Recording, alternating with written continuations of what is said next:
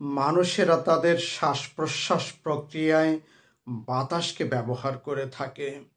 কল্পনা করুন, এই পৃথিবীর অধিকাংশ বাতাস যদি বিষাক্ত হয়ে যায়, তাহলে মানুষদের অস্তিত্ব কতদিন টিকে থাকবে। ঠিক তেমনই এই পৃথিবীতে বেঁচে থাকার জন্য আমরা কোনো না কোনোভাবে উপার্জন করে থাকি, অথবা অন্যের উপার্জনের উপরে নির্ভরশীল হয়ে থাকি। এই পৃথিবীর অধিকাংশ উপার্জনগুলো যদি অবৈধ হয়, এই পৃথিবীর অর্থ ব্যবস্থাও বিষাক্ত হবে।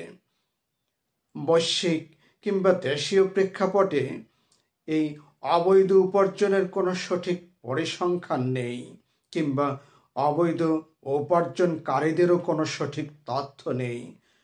কিন্তু সবচেয়ে সত্য কথা হচ্ছে, আমরা এই অবৈধ উপার্জনকারীদেরকে চিনে থাকি। তারা আমাদের চারপাশে অবস্থান করছে। আমাদের উচিত এই অবৈধ উপার্জনকারীদের বিরুদ্ধে আন্দোলন গড়ে তোলা। তাদের অবৈধ উপার্জিত সম্পদ যদি আমাদের সমাজে কোনো কাজে অনুদান হিসেবে দিতে আসে, তা প্রত্যাখ্যান করা, সামাজিকভাবে তাদের বয়কট করা। লক্ষ্য করুন, কোনো বিস্ফোরক দ্রব্য যদি আগুনের সাথে মিলে যায়, তাহলে ওই স্থানটি কিংবা ওই জায়গাটি ধ্বংস করে ফেলে।